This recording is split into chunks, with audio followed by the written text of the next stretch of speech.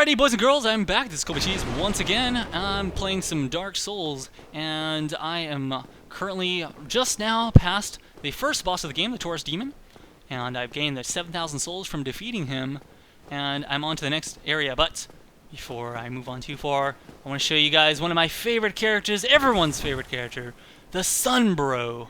Let's talk to this guy. Hello. You don't look hollow, far from it. I am Solaire of Astora, Solaire. parent of the Lord of Sunlight. Anyways, this guy, he's cool. I'm just going to keep talking to him for a little bit. He's a buddy. What is your decision? Wow. Oops, I didn't mean to push no. I was going to join the SUNBROs, but actually what I like to do, because I'm a dick, is I like to kill this guy. The problem with killing this guy is that you do not get the ability to have him aid you in boss battles. He's really good in boss battles, so it's probably not best for new characters to kill this guy, but if you kill him, he has some of the best armor in the game once upgraded. And you can upgrade your weapons and your armor in this game, and he has some of the best armor for like a medium set, like not the best like heavy armor, but if you're looking for a light set that you can like move around quickly in, then he has some of the best gear in the game. It just takes a while to actually get that fully upgraded. So I'm going to go ahead and kill him just because it's fun and you guys can see how awesome it is to fight this guy. It's going to be a little bit difficult without a shield, I think, but screw it. We're gonna make it work. Bam!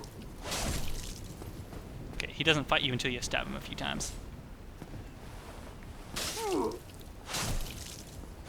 Oh, now he's pissed. So now he's ready. He's ready to fight. Oh, almost got wrecked. Hurrah! He's pissed! So I'm just dodging his attacks. And that, like I said from last video, dodging is really important if you can learn the attack animations. Oh, and that was obviously not right. If you can learn the attack animations, you can dodge the attacks. I'm actually like specifically trying to let him attack. Okay, ooh, okay. Yikes! That is scary. No! Oh god, that hurts a lot if it hits you. Oh, okay. Perfect. So he rolled, and he doesn't have a lot of endurance, or he doesn't have a lot of strength. So you notice that his roll was slower. So I was able to time my backstab. No! Oh my god, one more mistake from either of us. Who will be the victor? Why? Yes! Oh, that was so close, man. But I will say I probably will die at this next part, and you'll see why in just a second. Actually, no, it will not. I'm going to make sure I don't die. Alright, so there we go. I got all of his armor. I got his humanity and his white sign soapstone, which allows me to summon other players as a cooperative experience for bosses. So we're going to go ahead and use this humanity, which fully heals my life and gives me a little point of humanity. Now, this is the interesting part right here. So, all is well. We're just going to go fight some guys, right? Right? Wrong! There's a dragon! Ah! That's why I said I would have died if I didn't use my humanity. Because that dragon just comes in, he's like, peace out, kid. And he will destroy you. Alright, so before I go on any further, let's go ahead and drop down a shortcut. So right here, this is the area that was at earlier with the bonfire. I'm going to go ahead and kick this ladder down. And that allows us to quickly get back to there without having to run all the way every single time. So it's time to level up now. I'm going to go ahead and put some points into my dexterity. And that should allow me to equip the spear. How much did the sword? Actually, I cannot remember how much the sword required. So let's go ahead and equip that spear. What am I missing here? Let's just take a look at this. And we'll find out. So we're missing, oh, it's 15 dexterity. How much does the sword require? So the Uchigatana requires 14. So actually I'm good enough to use the sword. The sword's really fun to use. I like the sword a lot. The spear, obviously, is going to be nice. I'm going to go with another level into my dexterity so I can equip that. And then I'm going to go for some vitality and endurance. I'm just going to kind of go back and forth between those. I want to get my endurance up to 20, and then vitality up to just really high. And then essentially, I'm going to get my dexterity up more as well, but not for now. I just need enough to equip the weapons that I want to equip. So now I have the wing spear. It has more range on it, and it does way more damage as well. So, okay. Now I can also do the Ninja Sword. So just for your pleasure, I will actually equip the Ninja Star, or not the Ninja Star, Ninja Sword. Sorry, and it is pretty cool. So, has a cool strong attack. That's the strong attack. It kind of raises it above your head for a little bit. The cool thing about this weapon here is it's got a bleed effect, and let me show you what I'm talking about.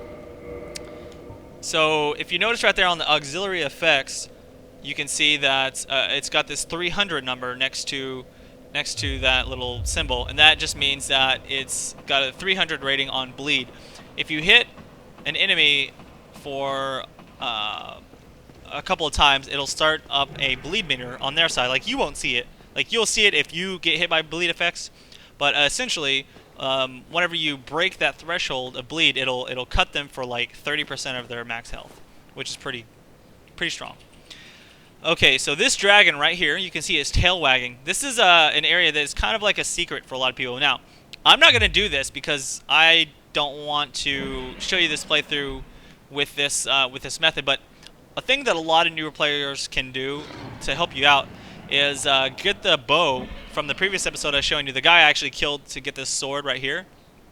You buy a bow, a couple of arrows from him, and you just keep shooting that tail. It takes a while, but you shoot it like, I don't know, 30, 40, 50 times, and it'll break his tail off, at which point you can then, it'll give you a Drake sword, which is really, really strong. Now, unfortunately, you can't really upgrade it very much at all, and therefore it will not be very good later on in the game, because these weapons that I have currently, this sword right here, my armor, everything that you can get just about in the game can be upgraded, and you'll increase the damage by quite a large amount, and it'll be way better scaling later on into the game. So check this out. Here's a cool trick as well. If you run up there, walk out just a little bit, the dragon will breathe fire at you, and it'll kill all those little skeletons and give you quite a bit of souls. And that's a good way to farm. If you need to get a couple of levels, you can just go ahead, go back to the bonfire, refresh that fight, and just keep walking up here, letting the dragon kill the enemies, and you'll get quite a bit of souls. Now, I'm not going to do that. I'm actually going to show you how to get past the dragon and get to like a somewhat of a interesting area. So you have to stand just enough so like I guess like your foot's hanging out, but you just stand here for a little bit and stare at the dragon. Give him a little staring match, and this bad boy is going to jump down and try and fight me in a little bit. He's going to get pissed. He's like, okay, here it goes. As soon as he jumps down, you make a fucking sprint for it. You're like, peace the hell out, son. And now, if you're really boss, you can actually, oh god, you can actually walk up and try and slice his tail off right there, but it's really hard. You have to do a lot of damage, and then he can wreck you in like one hit. So, but he's like, okay, well, you evaded me, so I'm gonna peace out. He just flies away there, and you can go ahead and light this fire right here, and you got yourself a better spot. Now, the next thing you want to do is open up this little gate, this little pull lever here, and this is a shortcut. Oh, you guys can use a shortcut. But before we do that, let's go ahead and grab all of these little buffs, I guess. Grab that claymore right there, and let's head over here. We're gonna grab this body here, which is a Titanite shard, which is what you use to actually upgrade the items that you get, and we'll be getting a lot of those later on in this playthrough. So, okay. I'll use this ninja sword for just a little bit, since you guys are used to me using the spear. It's pretty cool. It's got decent range and fast attack as well. Now this part is pretty hilarious. There's a big armored boar that is scary as hell, but I will show you how to deal with him. Just like so. You run up these stairs right here. Now there's going to be some guys up here shooting crossbows at you, and you got to be careful and try to avoid them. Now you just jump off this bridge. Whoop! This guy's gonna run in. He's gonna try and close the gate. Look at it. Look at him. He's like, wow! He closes the gate. So this, if you don't do this part fast enough, that gate will be forever closed. You literally have one chance, one shot, one opportunity to blow or whatever. You know, that's pretty much it. And if you fuck up, like I just did right there, then it's closed forever. So essentially, now I can no longer use this shortcut because I got backstabbed. I didn't even see that guy. What a jackass. So generally what you would do is you walk through there, you open that gate, and it's forever opened, and the guy will not close it ever again. So Okay, now that I've definitely screwed that part up, unfortunately, I'm going to show you guys how to deal with it if you were not successful, like I was not successful right there. So since I was not able to actually do this part correctly, I'm going to have to do it the normal way. Let me grab these right here, these alluring skulls. Now, if you wanted to kill that guy, you would essentially try to lure him into the fire. And one way to do that is use those alluring skulls that I just picked up, and the alluring skulls will convince monsters to go like seek them out, or for whatever reason. And essentially, you just throw the alluring skull into the fire, and that big boar will run into the fire and kill himself. These guys are really tough. I have to be careful. I'm still pretty damn weak.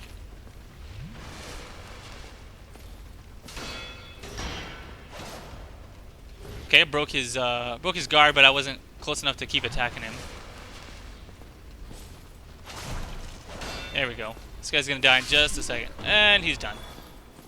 These guys seem pretty weak, like they die really fast, but the part about them that is scary is that they will attack you really fast. If they get a hold of you, they'll just go whack, whack, whack, whack, whack, and they'll keep messing you up. So even though they're weak, they are very dangerous. You have to be careful. Annoying little cockroaches, man. I swear. And that's one reason I like to use spears, is especially for enemies like that, you can attack from long enough range that they're not too big of an issue. I just picked up a master key there, which we'll use a little bit later on. You'll be able to see what I'm talking about. It is a little bit of a risky to be running around without a shield, without the ability to block and whatnot. But I think it's just more fun gameplay. So, again, that's one of the really cool things about this game. You kind of have a choice.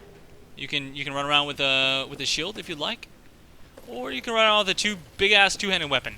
I've got the claymore, which I can show you in a second. I'm not going to be able to use it properly for obvious reasons. It's really strength-heavy. So the Zweihander is what I was talking about. Look at how big that fucking sword is, dude. That is ridiculous. Look at this. Boosh! That is a long swinging radius. If you have enough strength, you can just swing that motherfucker, and anything that comes up to you is like, oh, dead! But you can see, like, it's awesome the way they portray it. They let you equip weapons that you can't use properly, but the animation is just like, I am not strong enough to swing that. Like, that sword is stronger than I am, so I just want to show you guys that. It's pretty awesome. So, going back to the winged spear now. One cool thing about spears is that you can block and then still attack while you're blocking. So if you have enough endurance and a good enough shield, you can just sit there while blocking and continue to attack. Now, the other thing is that you will not regain your endurance while blocking, so you have to keep that in mind. Here's another fun thing to do. I'm going to sneak up on this guy. If you have the Xbox 360 controller, which you kind of need to for this game, you can sneak up on these guys. They won't hear you, especially if you're using light armor. Now, usually I would backstab him there, but I kind of fucked that up. Oh, shit. Oh, there we go. Did my jumping attack. So, I haven't actually done this much because I don't find a lot of use for it, but if you push forward, if you tap forward and then do an attack at the same time, you'll do an attack like that. So, like, the regular not strong attack is a kick when you do that. But if you do the strong attack, it usually will do... Well, that was not it. Like the leaping attack right there, and that does a lot of damage. It's just kind of hard to pull off consistently for me, just the tap forward and strong attack. So I don't like to rely on it.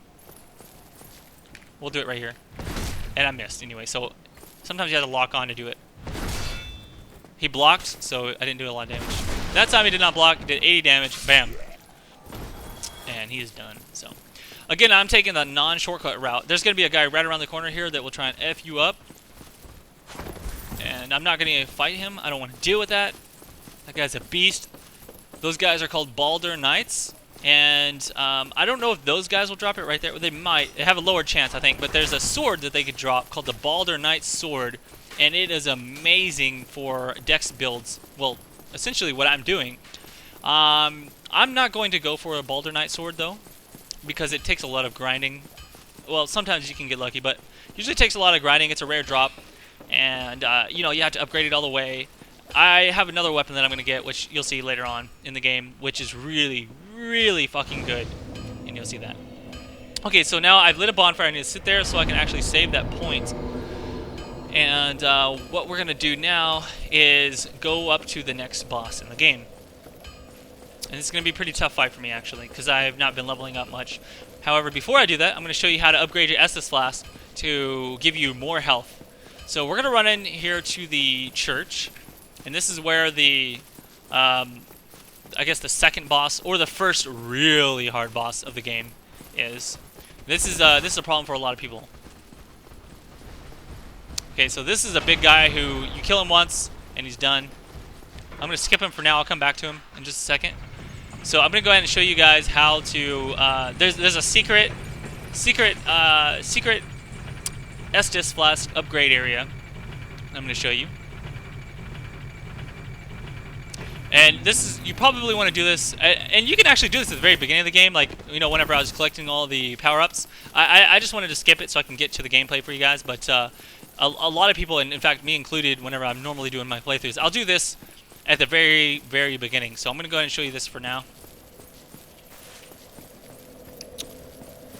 Okay, alright. So, there's this little chick down here called a Firekeeper. She won't talk to you, but she'll mumble. Yeah, she can't speak. But if you see it has this option called Reinforced Estus Flask. And once you get a Firekeeper soul, you can bring it down there and give it to her, and she will reinforce your Estus Flask, which is your healing potion. It makes you heal for more when you use those Estus Flask, which is very, very important to get.